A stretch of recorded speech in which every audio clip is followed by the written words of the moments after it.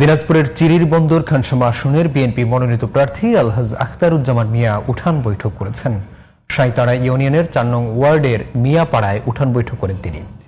সাঁইতাড়া union বিএনপির সভাপতি মুকসেদ আলীর সভাপতিত্বে অনুষ্ঠানে বক্তব্য রাখেন চিরির বন্দর উপজেলা যুবদলের সিনিয়র যুগ্ম আহ্বায়ক অধ্যক্ষ মমিনুল ইসলাম মমিন, উপজেলা বিএনপির সদস্য কবির সরকার, খোকন সরকার, রিজওয়ানুর রহমান বাবু, সাঁইতাড়া ইউনিয়ন বিএনপির সাধারণ সম্পাদক জিকরুল ইসলাম সহ ইউনিয়ন ও ওয়ার্ড বিএনপির নেতাকর্মীরা এ সময় উপস্থিত ছিলেন।